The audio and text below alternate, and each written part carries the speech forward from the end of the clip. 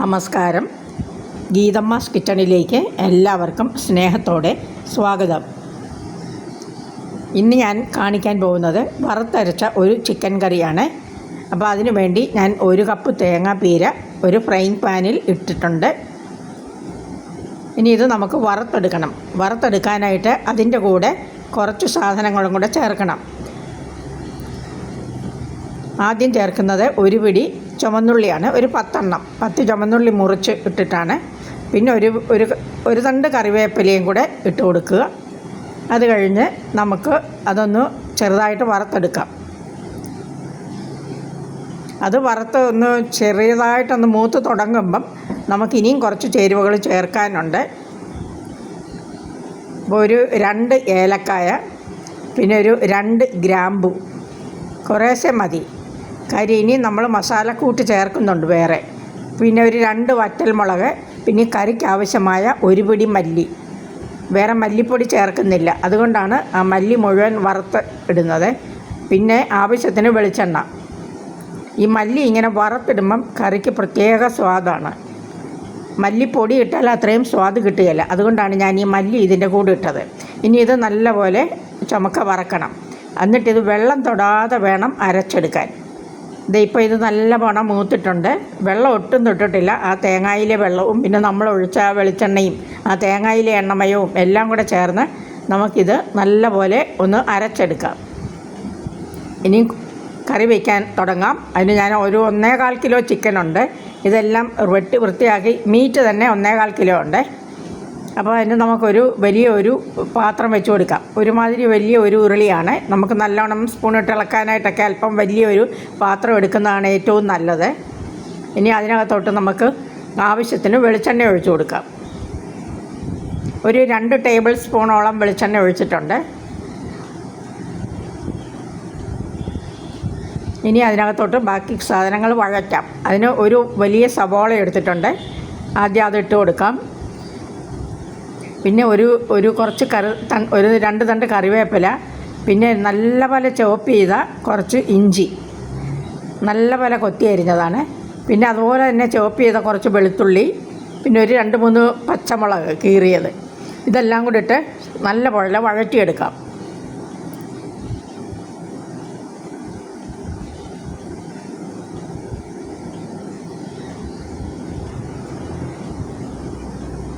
ഇത് ഉള്ളിയും സവോളയും ഇഞ്ചിയും പച്ചമുളകും വെളുത്തുള്ളിയും എല്ലാം നല്ലപോലെ വഴണ്ട് വന്നിട്ടുണ്ട്.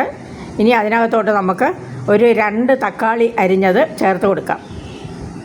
ഇനി ഈ തക്കാളി ഇതിനകത്ത് കിടന്ന് ഒന്ന് നല്ലപോലെ വെന്തുടഞ്ഞ് മിക്സ് ആകണം. അത് കഴിയുമ്പം നമുക്കിതിനാവശ്യമായ പൊടികൾ ചേർത്ത് കൊടുക്കാം. ഇപ്പോൾ ഇത് തക്കാളിയൊക്കെ വെന്തുടഞ്ഞിട്ടുണ്ട്. ഇനി ഇതിന് നമുക്ക് പൊടികൾ ചേർത്ത് കൊടുക്കാം. അതിന് ഒരു 2 ടേബിൾ സ്പൂൺ കാശ്മീരി മുളക് പൊടി, 1 സ്പൂൺ ഉപ്പ്, 1/2 സ്പൂൺ മഞ്ഞൾപ്പൊടി, 1/2 സ്പൂൺ കുരുമുളക് പൊടി, പിന്നെ 1 സ്പൂൺ ഇറച്ചി മസാലക്കൂട്ട് പൊടിച്ചത്. ഇതെല്ലാം കൂടെ ചേർത്ത് നമുക്ക് ഈ സവാളയ്ക്കകത്തോട്ട് ചേർത്ത് കൊടുക്കാം. അപ്പോൾ ആ അരപ്പൊന്ന് കിടന്ന് മൂത്താലുടനെ നമുക്കിനി ഇറച്ചി കഷ്ണങ്ങൾ ചേർക്കാം. നല്ല ചൂടുള്ള എണ്ണയൊക്കെ ആയതുകൊണ്ട് അരപ്പൊക്കെ പെട്ടെന്ന് മൂത്തോളും. അരപ്പെല്ലാം മൂത്ത് വന്നിട്ടുണ്ട്. ഇനി നമുക്ക് ഈ ചിക്കൻ കഷ്ണങ്ങൾ വാരി ഇട്ട് കൊടുക്കാം കുറേശ്ശെ. പിന്നെ എല്ലാവരും ഒരു കാര്യം ശ്രദ്ധിക്കുക, എല്ലാവരും എൻ്റെ ചാനലൊന്ന് സബ്സ്ക്രൈബ് ചെയ്യുക. ദയവായി സബ്സ്ക്രൈബ് ചെയ്യുക.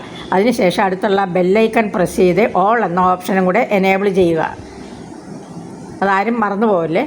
ഇനി ഈ ചിക്കനിൽ നല്ലപോലെ ഇതൊന്ന് മിക്സ് ചെയ്യുക. ഇതിനകത്തോട്ട് ഒരു 1/2 ഗ്ലാസ് വെള്ളം കൂടെ നമുക്ക് ഒഴിച്ചു കൊടുക്കാം.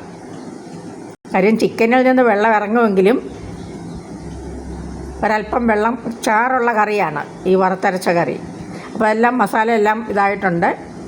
അതിൻ്റെ കൂടെ ഒരു 2-3 ഉരുളക്കിഴങ്ങും കൂടെ ഞാൻ ഇട്ട് കൊടുക്കുന്നുണ്ട്. ഈ വറുത്തരച്ച ചിക്കൻ കറിയുടെ കൂടെ ഉരുളക്കിഴങ്ങ് നല്ലപോലെ മാച്ച് ചെയ്യും. അപ്പോൾ അതും കൂടി ഇട്ടിട്ട് ഇളക്കിയിട്ട് ഇതിനി നമുക്കൊന്ന് മൂടി വെച്ച് വേവിക്കാം.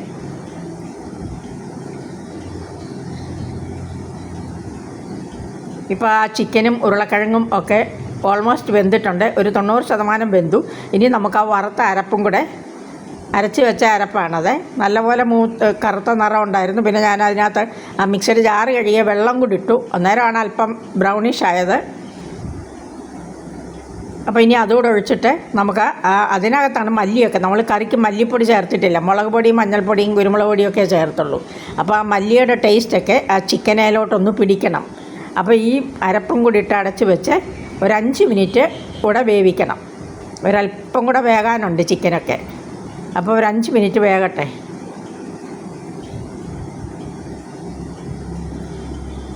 നമ്മുടെ ചിക്കനൊക്കെ റെഡിയായി. കിഴങ്ങും ചിക്കനും ഒക്കെ നല്ലപോലെ വെന്തു. ഇനി അവസാനം ഒരു തണ്ട് കറിവേപ്പില ഒന്ന് കൈകൊണ്ട് ഞെരടിയിട്ടിട്ട് കൊടുക്കുക. അപ്പോൾ അതിന് നല്ലൊരു സ്മെല്ല് കിട്ടും. പിന്നെ ഒരു അല്പം മല്ലിയിലയും കൂടെ ഒന്ന് തൂവി കൊടുക്കുക. എന്നിട്ട് അതൊന്ന് ഇളക്കിയിട്ട് ഒന്ന് മൂടി വെക്കണം. ഇച്ചിരി നേരം കൂടെ ഒന്ന് മൂടി വെക്കണം. കാര്യം അന്നേരം അതിൻ്റെ ആ മണമൊക്കെ ഒന്ന് അതിനകത്ത് നിൽക്കണം ഒരു 5 മിനിറ്റ്. ആ 5 മിനിറ്റ് കഴിഞ്ഞ് ആ അടപ്പ് തുറന്നിട്ട് നമുക്കത് വിളമ്പാം. അപ്പോൾ ഇനിയും പുതിയൊരു വീഡിയോ ആയിട്ട് കാണാം. എല്ലാവർക്കും നന്ദി. Thank you.